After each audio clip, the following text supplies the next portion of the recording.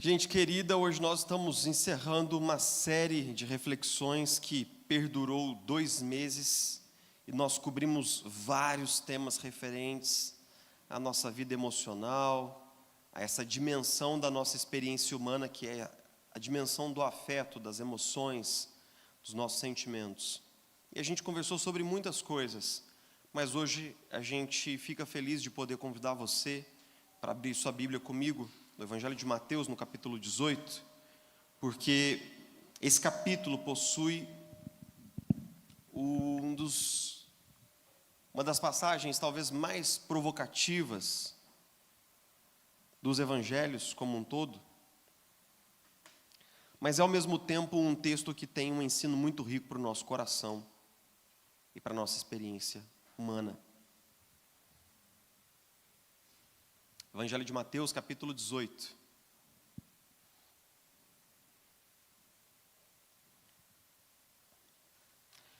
O capítulo 18, de maneira geral, ele se desenvolve a partir do tema da vida em comunidade. Jesus, no início do capítulo, está falando sobre aquele que é o maior no reino de Deus, né? Toma uma criança, coloca no meio dos discípulos. Jesus trata, em parte, sobre a ofensa e os escândalos dentro da comunidade cristã, do versículo 7 até o versículo 9. E logo depois ele fala sobre a parábola da ovelha perdida, que é uma parábola que lá em Lucas figura junto a outras parábolas, né, da dracma perdida e do filho perdido. E então, no versículo 15, Jesus começa a prescrever um modus operandi de como nós devemos tratar as ofensas dentro da comunidade. E então ele prescreve que nós devemos ir até esse irmão, buscá-lo, confrontá-lo, e numa série progressiva de abordagens, tentar reparar o relacionamento com esse irmão. Mas tudo isso, esse tema das ofensas uns contra os outros, e esse processo que Jesus mostra aos apóstolos, suscita no coração dos discípulos uma pergunta, que é uma pergunta que ao mesmo tempo é cheia de preocupação, mas também era uma pergunta que refletia uma discussão rabínica que existia no entorno de Jesus no seu tempo, que está lá no versículo 21. Quando Pedro aproximou-se de Jesus e perguntou: Senhor, quantas vezes deverei perdoar a meu irmão quando ele pecar contra mim? Até 7 vezes? Quando Pedro vem até ele está perguntando assim: Jesus, com relação a essas pessoas que nos ofendem, essas pessoas que nos maltratam, essas pessoas que estão à nossa volta e que são pessoas tóxicas e perigosas, quantas vezes deverei perdoar o meu irmão? Até 7 vezes? Lembre-se que Pedro não está pensando apenas nos conflitos familiares, sociais e relacionais que existem em toda a família, e em toda a comunidade, em toda a aldeia, em toda a vila, em toda a faculdade, em todo o trabalho. Mas ele está pensando também nas muitas vezes que os romanos impuseram sofrimento desnecessário aos judeus. Em todas as vezes que os poderes invasores humilharam, estupraram e violentaram famílias inteiras. Então Pedro está falando sobre todos esses tipos de ofensas, das mais corriqueiras, das mais cotidianas, as mais graves que se possa cogitar e imaginar. E Pedro está sendo super espiritual aqui, sabe por quê? Porque havia um consenso entre a maioria dos rabinos de que você deveria perdoar o seu irmão que ofende você até 3 vezes. Se ele pisasse na bola uma 4ª vez, você estava respaldado por todo o consenso rabínico da época de Jesus a simplesmente chutar esse cara para fora da sua vida e infligir a ele o peso das suas escolhas. Então note que todo mundo no tempo de Jesus, os rabinos mais bondosos, achavam que era 3. Alguns diziam que era uma vez só. Você pisou na bola comigo uma vez, eu te perdoei, na segunda você está fora. Aí os rabinos mais, generosos falavam sobre 3 vezes. Então quando Pedro vem perguntar para Jesus, ele já está sendo super espiritual. Ele diz: Senhor, quantas vezes deverei perdoar o meu irmão? 7 vezes? Eu acho que Pedro pensou assim: nossa, Jesus vai ficar muito feliz, né? Eu estou oferecendo 7 vezes o perdão, é mais do que o dobro do que estão ensinando por aí. A resposta de Jesus faz com que Pedro caia do cavalo e com que nós caiamos da cadeira, porque Jesus responde assim: eu lhe digo, não até 7 vezes, não até 7, mas 70 vezes 7. Jesus está ecoando um texto ali de Gênesis capítulo 4, no qual Lameque, um filho de Caim, ele diz assim que ele vai vingar qualquer um que o agredir 70 vezes 7. Então Jesus diz, como se Jesus estivesse dizendo assim: assim como é grande o nosso desejo de vingança, de reparação, de cobrar a dívida, proporcionalmente à intensidade desse desejo tem que ser o nosso perdão. O que suscita uma questão que é a seguinte: como fazer isso? Como fazer isso?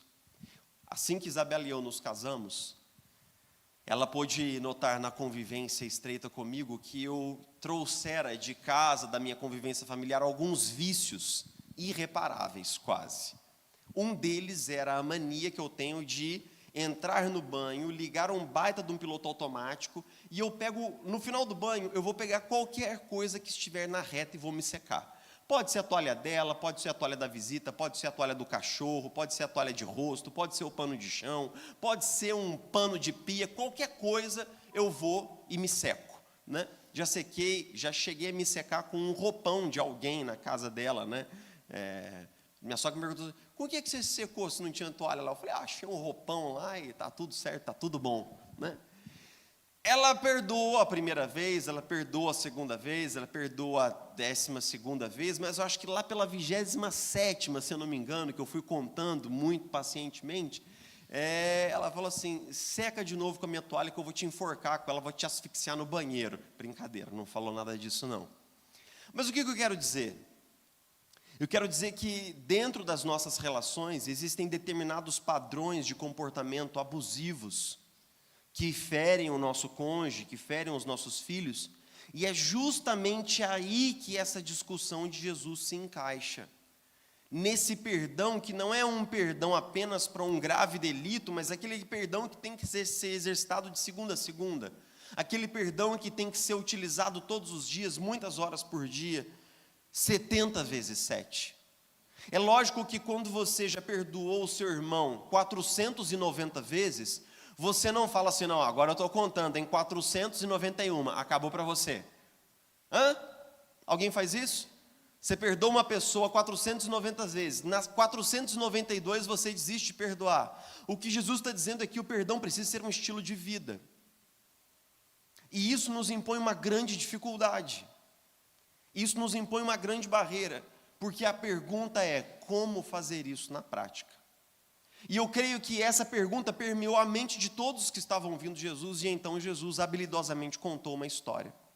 E a história é assim, versículo 23. Por isso o reino dos céus é como um rei que desejava acertar contas com seus servos.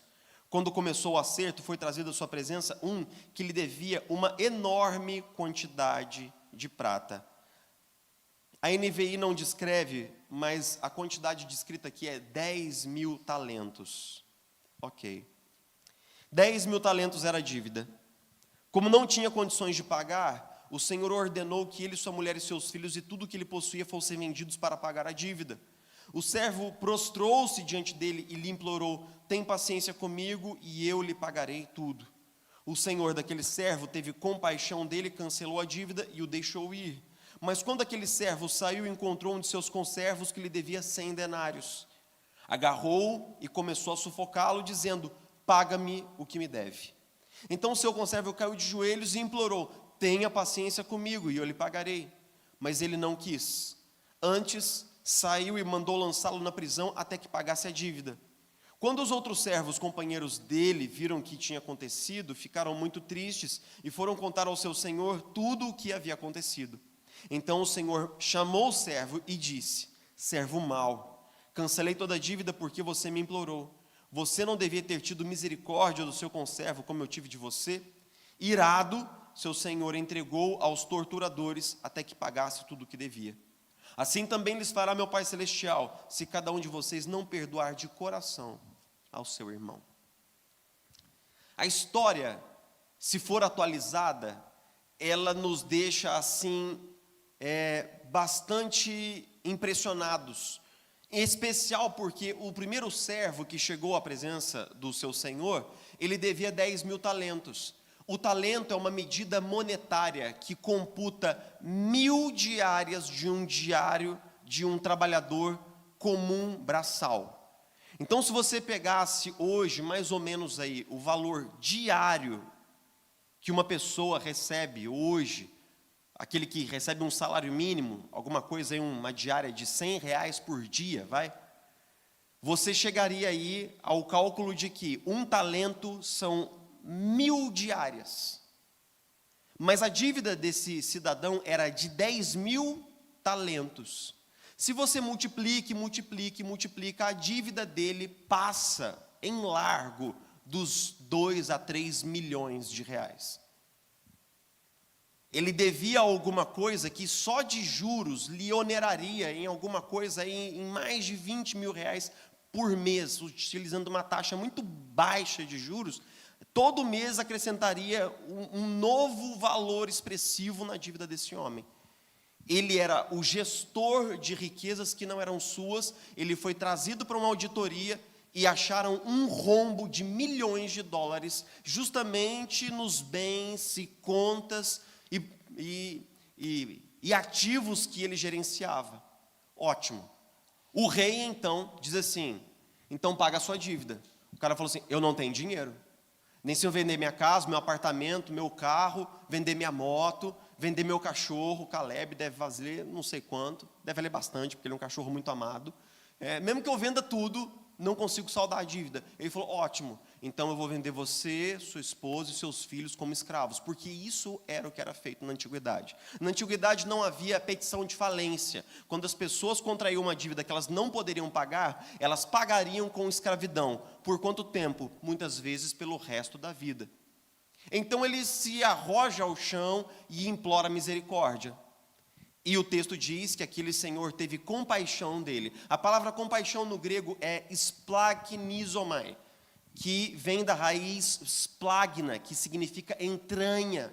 O que isso quer dizer? Que o senhor, que tinha o poder de colher a dívida, sentiu uma grande compaixão. Ele sentiu as tripas reviradas por aquele homem e perdoou a dívida dele. Então o texto prossegue dizendo que aquele homem saiu para a rua, feliz da vida, porque acabou de ganhar na loteria, acabou de ser perdoado de uma dívida milionária, e encontrou seu amigo que lhe devia quanto? 100 denários. Mais ou menos uns 10 conto. 10 conto é dinheiro, né, Prada? É bom. Se eu tiver alguém aqui me devendo 10 conto, eu vou ficar feliz. É legal. Mas não é um dinheiro que muda a vida de ninguém também. Não é verdade? Jesus calcula um montante de dívida que é expressivo, que deve ser cobrado, mas que não resolve a vida financeira de ninguém. E então ele pega o seu amigo e o estrangula no meio da rua, dizendo assim, me paga o que me deve. O cara fala para ele as mesmas coisas que ele havia falado para o seu credor segundos atrás. Tem compaixão de mim, eu não tenho como pagar a dívida. Aí o cara fala assim, ótimo, então vai para a cadeia. E ele, acionando a força policial da época, joga o cara na prisão. A história torna-se pública e chega no ouvido do rei, e o rei chama-o de volta, e você sabe como a história termina. A dívida que havia sido perdoada é novamente reclamada. Jesus conta essa história, e tem algumas coisas que chamam muitíssimo a minha atenção. Muitíssimo a minha atenção. A primeira delas é a seguinte: eu nunca encontrei ninguém que não precisasse perdoar alguém. Jamais. Servindo no ministério de tempo integral há 20 anos, eu nunca encontrei ninguém que não tivesse alguém para perdoar. E você sabe que na maioria das vezes, quando você fica a sós comigo no gabinete, as pessoas que aparecem de cara e a quem eu e você devemos liberar perdão, muitas vezes são os nossos próprios pais. Por coisas que eles disseram e fizeram, e por coisas que eles não disseram, e por coisas que eles não fizeram. Todos nós aqui carregamos um senso de dívida de algumas pessoas. E essas relações mais essenciais deixam uma dívida mais longa e mais perene no nosso coração. Eu gosto muito de que, não apenas aqui em Mateus 18, mas também em Mateus capítulo 6, e nos evangelhos de Marcos e no evangelho de Lucas, toda vez que Jesus fala sobre perdão, Jesus utiliza a realidade monetária, pecuniária, do dinheiro para falar sobre perdão. Sabe por quê? Porque quando Jesus coloca a questão do perdão em termos de dívida financeira, nós conseguimos materializar isso daí.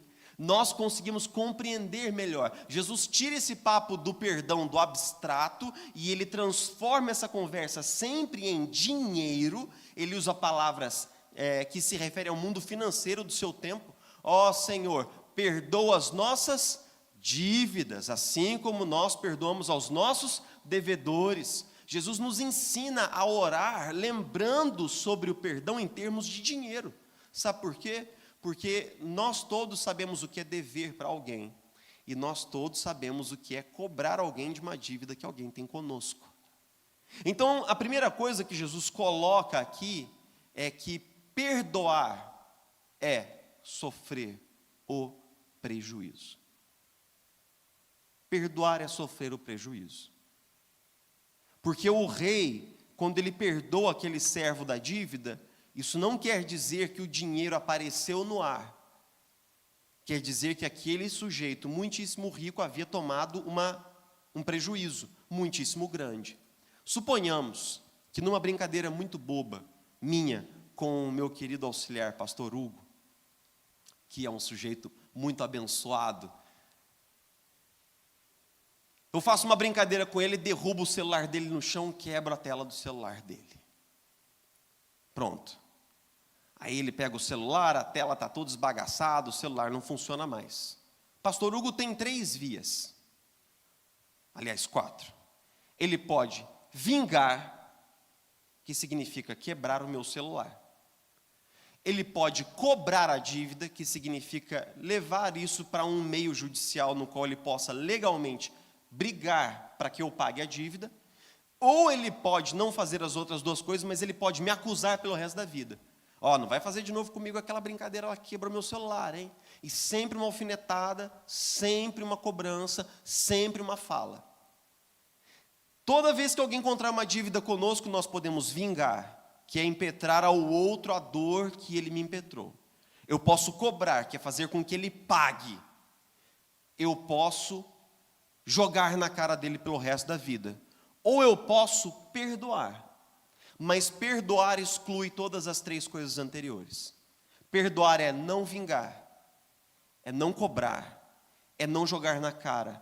Perdoar é sofrer o prejuízo. Se eu falar assim, Hugo, me desculpa, fiz uma brincadeira sem querer, ele fala, não, você está perdoado.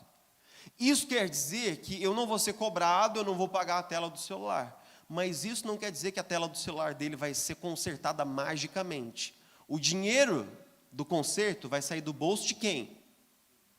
Dele. É do bolso dele que esse dinheiro sai. Quando você decide perdoar alguém, você tem que decidir sofrer o prejuízo e ficar descansado assim. Sofrer o prejuízo. Por quê? Por que é que você pode sofrer o prejuízo? Porque outro já sofreu o seu prejuízo. A parábola toda é tão bem construída que quando Jesus fala sobre perdão, ele constrói uma parábola na qual existe um rei muito rico e esse rei é Deus. E eu tenho uma dívida com Deus. Deus me perdoa da dívida. Mas depois eu hesito em perdoar o meu irmão que tem uma dívida muito menor comigo. A maneira como Jesus conta essa história é de tamanha habilidade, porque Jesus me lembra que o perdão ele não começa em mim, ele começa no Deus que perdoou todas as minhas dívidas por meio de Jesus. Como é que é o salmo que nós lemos aqui no começo, Salmo 130? Senhor, se o Senhor observar pecados, quem sobreviverá? Contigo está o perdão para que te temam. Você e eu somos perdoados diariamente por meio de Jesus. A dívida que nós tínhamos com Deus era astronômica, impagável. Nós fomos perdoados e por isso nós podemos perdoar. Na verdade, se você fosse ouvir o que Jesus está dizendo, ele diria o seguinte: você já foi perdoado, você tem o dever de perdoar. Você tem a obrigação de perdoar. Sabe por quê? Porque a dívida que o seu vizinho tem com você nunca será maior do que a dívida que você tinha com Deus. Essa é uma outra coisa que aparece de cara na parábola. A dívida que o primeiro devedor tinha era astronômica, e a segunda dívida é uma dívida muito diminuta e pequena, quase inexpressiva diante da primeira. Então Jesus está dizendo assim: olha, você foi muito perdoado. Se você tiver consciência disso, você terá facilidade de deixar o perdão fluir. A grande questão é que quando nós lemos sobre o perdão na obra de Platão, de Aristóteles, de Tomás de Aquino e mais recentemente da filósofa judia Hannah Arendt, por exemplo, todos eles colocam o perdão como um exercício da virtude. Na maioria das vezes a frase é colocada assim: prove que você é melhor do que o seu agressor perdoando ele, como se fosse um ato de superioridade moral. Como se fosse um ato de mostrar que, de fato, nós somos melhores do que aqueles que nos agrediram no passado. Mas Jesus diz assim: não, o perdão não é um ato de superioridade moral. O perdão é um ato de humildade espiritual. Você não perdoa porque você se sente melhor do que o outro.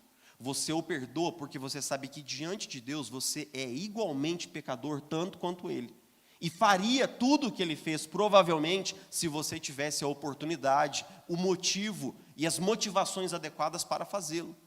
A grande questão, Tim Keller diz isso num livro de forma muito interessante, ele fala assim: as pessoas mais autojustificadas e religiosas são as que mais têm dificuldade de perdoar. Sabe por quê? Elas dizem assim: eu nunca faria isso.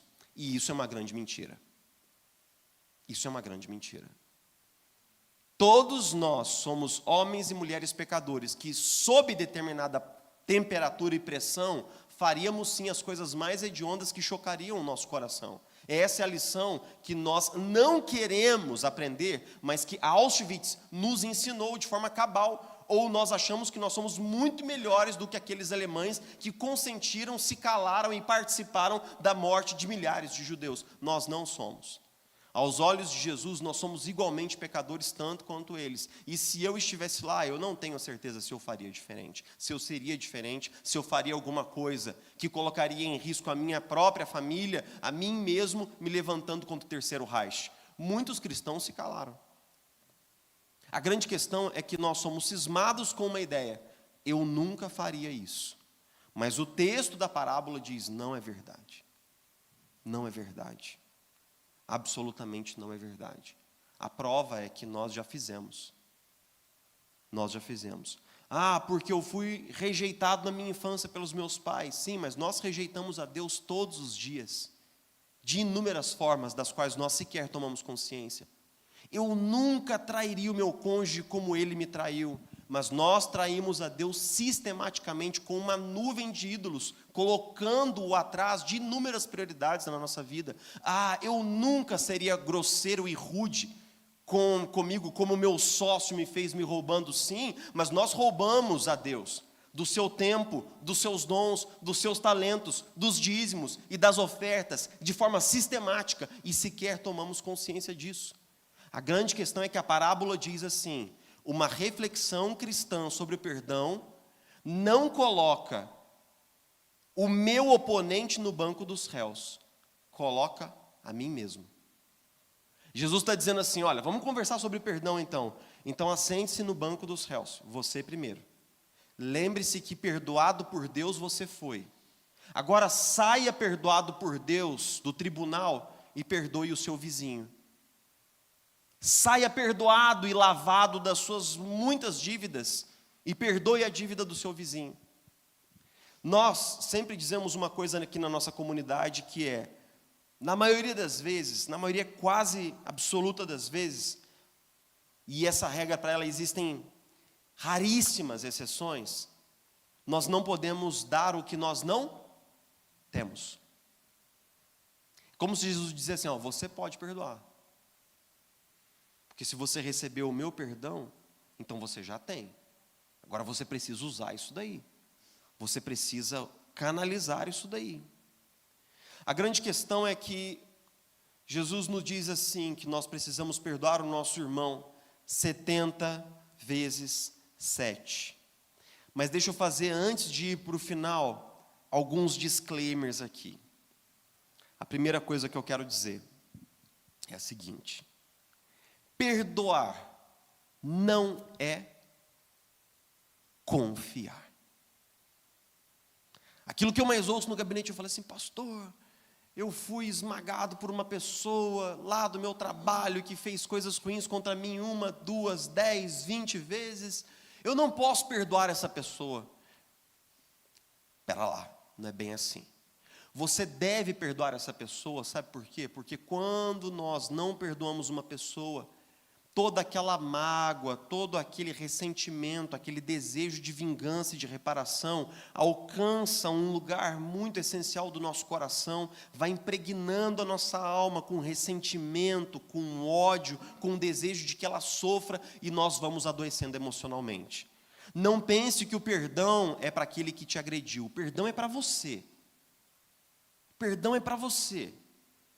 A graça do perdão foi concedida para que você seja livre, curado, abençoado, para que você não leve inúmeras bolas de ferro dentro da sua alma. O perdão é para você, é um benefício que a cruz concedeu a você. Agora, o perdoar não significa confiar. Se você tem uma pessoa que é próxima de você, que agrediu você inúmeras vezes, quebrou sua confiança inúmeras vezes, e por mais que você tenha tentado conversar e reparar e curar a coisa, toda vez que ela pode, ela dá um soco de novo no seu nariz, então entenda que essa pessoa não pode estar assentada na mesa da sua casa. Ela não pode ter acesso à sua intimidade. Ela tem que ter uma equidistância entre você e ela. Às vezes essa pessoa é uma pessoa da família, você não pode, demitir um parente próximo do cargo de parente, não existe isso. Mas você cria ali um espacinho entre vocês para que você possa ter saúde e para que aquela pessoa possa experimentar a transformação no tempo dela, no caminho dela, para ela, mas proteja a você mesmo. O perdoar de Jesus não significa expor-se desnecessariamente a uma relação abusiva, não é sobre isso que Jesus está falando. É sobre nós não levarmos dívidas conosco pelo caminho da vida. Porque quem leva bola de ferro acaba ficando cansado. Quem leva dívidas no coração acaba se tornando adoentado. Quem leva essas amarguras e esse ranço e esse rancor acaba perdendo a paz interior. O perdão é para você. Utilize o perdão. Aplique o perdão. Dê o perdão generosamente. Mas faça a seguinte pergunta: essa pessoa pode se assentar na mesa da minha casa? Pode desfrutar da minha intimidade? Eu posso baixar a guarda para ela? Ou ela vai desferir um soco no meu rosto na primeira oportunidade que tiver? Essa é uma pergunta séria que você tem que fazer. Porque perdoar e confiar absolutamente não são o mesmo verbo. A outra coisa que eu me lembro sempre é de contar aqui que ao longo da minha história eu tenho tido sempre uma experiência muito rica com o perdão. Como todos aqui sabem, eu sou filho de pai adotivo. E eu fui criado sempre de uma tal maneira que a minha família, boa parte dela, me empurrava para ter uma postura de cobrar a dívida. De cobrar a dívida do que não foi feito. De cobrar a dívida da família que não me assumiu quando eu era criança. E aos 18 anos de idade eu fui morar na fazenda do meu pai biológico. E naquele período Deus promoveu uma intensa reforma espiritual na minha vida, logo após o falecimento da minha irmã. Uma intensa revolução espiritual. Deus falava todos os dias abundantemente comigo na palavra. O devocional era rico, eu sentia a presença do Espírito Santo tocando a minha vida. Eu voltei para o meu ministério na igreja. Deus estava fazendo coisas tremendas no meu coração. Um borbulhar espiritual estava se desenvolvendo dentro de mim. Mas certo dia Deus sentou comigo e falou assim: cara, você precisa perdoar o seu pai. E eu disse para Deus assim, eu não consigo. Eu não consigo. E aí então foi a primeira vez que eu me encontrei com Mateus 18. E eu me lembro bem de ter entendido duas coisas. A primeira coisa é que a decisão, o perdão cristão, é uma decisão racional e consciente. Não é algo que você sente, não é algo que você... Não necessariamente. Perdoar é a decisão de não vingar, não cobrar, de não jogar na cara, de sofrer o prejuízo. Mas a minha experiência pessoal tem sido a experiência de que, uma vez que você decide perdoar, que você libera o perdão, libera a pessoa daquela dívida, você abre um espaço, uma clareira no seu coração para que o Espírito Santo possa trabalhar ali. Trabalhar curando, sarando, libertando, mudando a percepção. 12 anos depois de eu ter me ajoelhado no meu quarto, lá no secreto, chorado e dito a Deus que eu estava liberando meu pai de toda a dívida, do que ele não havia feito e sido para mim na minha infância. 12 anos depois, eu estava novamente na fazenda, na cozinha, tomando um vinho com meu pai, às vésperas do meu casamento, na semana do meu casamento. E então, num momento muito esquisito, meu pai do outro lado da mesa olhou para mim com os olhos marejados e disse assim: me perdoa. Eu disse assim: pelo quê? Ele disse: por tudo. E ele caiu num pranto dolorido, de alguém que não conseguia nem dizer de tudo o que era esse tudo. Eu levantei de onde eu estava, com o coração muito tranquilo, caminhei até ele, abracei ele, sussurrei no ouvido dele: você não me deve nada.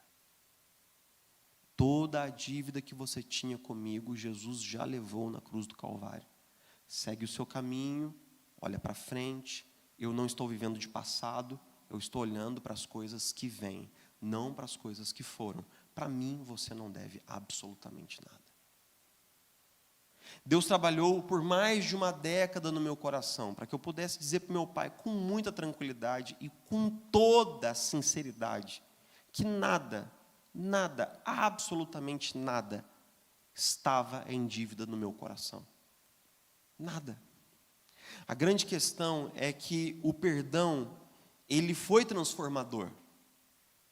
Sim, para a minha relação com meu pai, com certeza. Para a minha relação, para ele, com certeza. Mas eu te digo, o perdão foi transformador para mim. Para mim. Porque eu pude ver que em todos os anos da minha vida, Deus sempre foi o pai que eu precisei. Sempre foi o amigo que estava lá. Ele sempre colocou pessoas maravilhosas do meu lado, de tal maneira que eu não me senti desacompanhado ao longo da jornada. O perdão abriu os meus olhos para as muitas maravilhas que Deus fez na minha vida. Eu te digo, eu agradeço a Deus por Ele ter me mostrado que é possível liberar perdão. E eu quero te dizer uma outra coisa, que é o avesso desse verso, que é o seguinte: quando nós não perdoamos, o nosso coração deforma. Deforma sim. Quando nós não perdoamos, nossos afetos deformam. Nossas emoções deterioram. Nossa espiritualidade derroca. Jesus mesmo diz que antes de oferecer um holocausto, um sacrifício, nós deveríamos perdoar, ir atrás do nosso vizinho e nos reconciliarmos com ele para que a adoração pudesse subir. Jesus diz que a falta de perdão impacta a nossa relação com Deus, impacta a nossa espiritualidade. No final da oração do Pai Nosso, ele diz assim: se vocês não perdoarem os seus devedores, tampouco o seu Pai Celestial os perdoará. Essa parábola, Jesus ensina a mesma coisa, que quando você não perdoa, você se coloca fora da onde está escorrendo o perdão de Deus.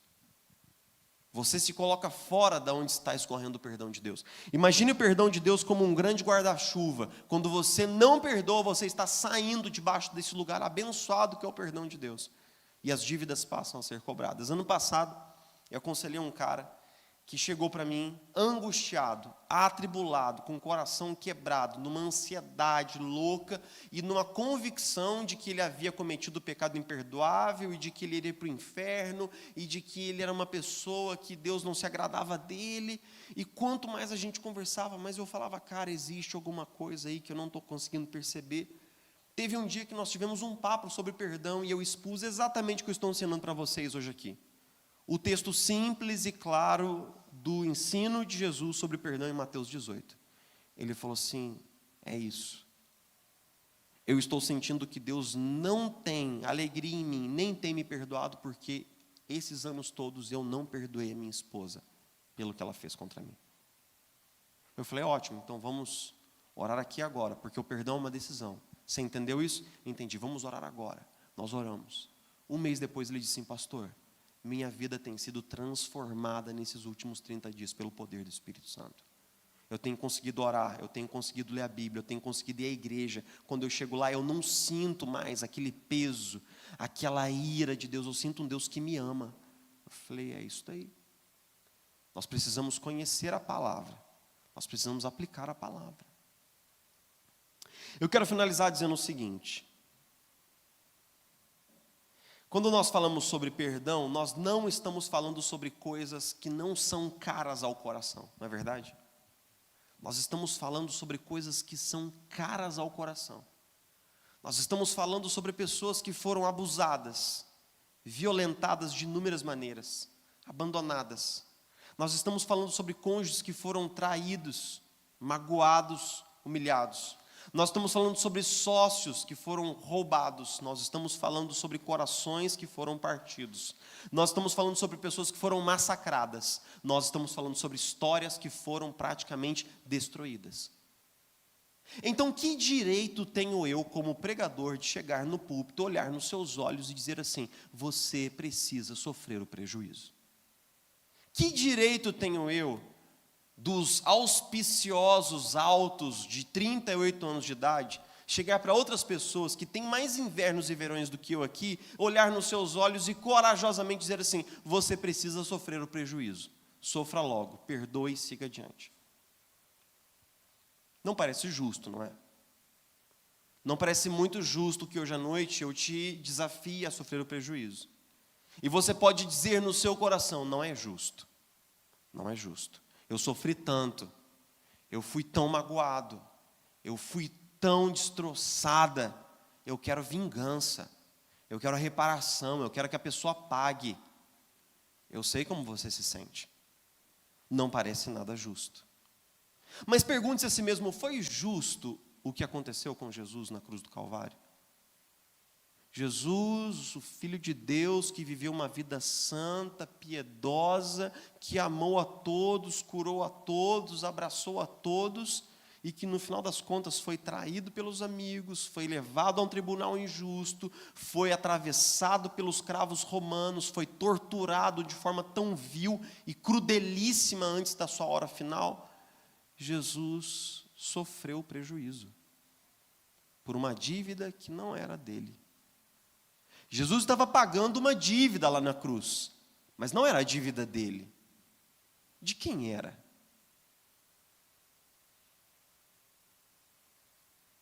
Não foi nada justo com Jesus o que aconteceu. Jesus sofreu o seu prejuízo. Toda a sua dívida foi colocada sobre Jesus. E ele foi até o final para saldar toda a dívida. O apóstolo Paulo, escrevendo sobre isso, diz assim, agora já não há mais nenhuma condenação para os que estão em Cristo Jesus, porque toda a cédula de dívida foi rasgada, pregada na cruz do Calvário. Paulo utiliza uma linguagem novamente monetária, para dizer, sabe o quê? A nota promissória que tinha o seu nome foi encravada na cruz do Calvário, e Jesus pagou toda aquela fortuna, todo aquele dinheiro, para que você e eu tivéssemos uma dívida zerada com Deus, para que nós pudéssemos ser reconciliados. Jesus já sofreu prejuízo, meu irmão, minha irmã. Jesus já sofreu no seu lugar. Hoje eu te digo, você pode perdoar. Você pode. Todos os recursos que você precisava, você já tem. Você pode perdoar. A grande questão que a parábola pergunta, e que eu pergunto para você no final dessa reflexão é: você o fará?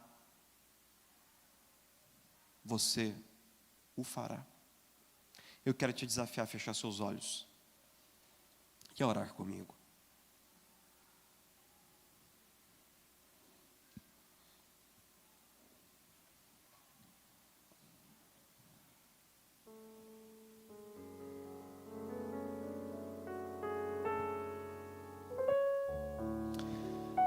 Jesus, muito obrigado pela tua graça maravilhosa, que olhando para a enormidade da dívida que nós tínhamos, veio em nosso socorro, assumiu sobre si mesmo nossas notas promissórias, nossa dívida do cartão de crédito, nossos aluguéis não pagos, o IPTU atrasado e tudo mais que havia no nosso nome. Jesus, nós estávamos com o nome no Serasa do céu, essa é a verdade. Quando o Senhor entrou na nossa vida e quitou cada uma das dívidas, pagou cada níquel foi pago, cada centavo foi pago. Nada ficou sem ser quitado, porque o Senhor levou sobre si mesmo na cruz do Calvário todos os nossos pecados, todas as nossas ofensas. O Senhor foi punido por cada uma das nossas transgressões. O Senhor foi esmagado por cada uma das nossas iniquidades. O Senhor levou sobre si as nossas impiedades. O castigo que nos traz a paz foi colocado sobre você, Jesus. E o Senhor sofreu deveras, fisicamente, psicologicamente, emocionalmente, espiritualmente, abandonado de todos, traído, negado, amaldiçoado, cuspido, batido, deformado pelos socos dos soldados, desamparado, solitário, no meio daquela noite vil, o Senhor levou sobre si toda a nossa dívida. E hoje, Jesus, nós olhamos para a cruz, porque dela flui o perdão que nós precisamos ministrar. É da cruz que vem o poder para perdoar os nossos pais pelo seu sistemático abandono e rejeição sobre nós, pelas inúmeras vezes que nós fomos maltratados, violentados, seja física ou psicologicamente. É da cruz que flui perdão para nós perdoarmos o nosso cônjuge pela sua agressão tão infiel e grave. É da cruz que flui o perdão para que nós possamos perdoar a nós mesmos pelas muitas besteiras que nós fizemos ao longo do caminho e das quais nós nutrimos remorso. É da cruz que flui o perdão para alcançar a vida da nossa família e daqueles que estão à nossa volta. Sobretudo, Jesus, para que nós possamos caminhar livres, para que nós possamos caminhar leves, para que nós possamos experimentar a sua graça contínua sobre a nossa vida. Nos ajuda, Senhor, que hoje ainda nós possamos sentir o alívio que existe, a transformação e o poder que existe em liberar perdão no poder do Teu Evangelho. Nós oramos assim no nome de Jesus.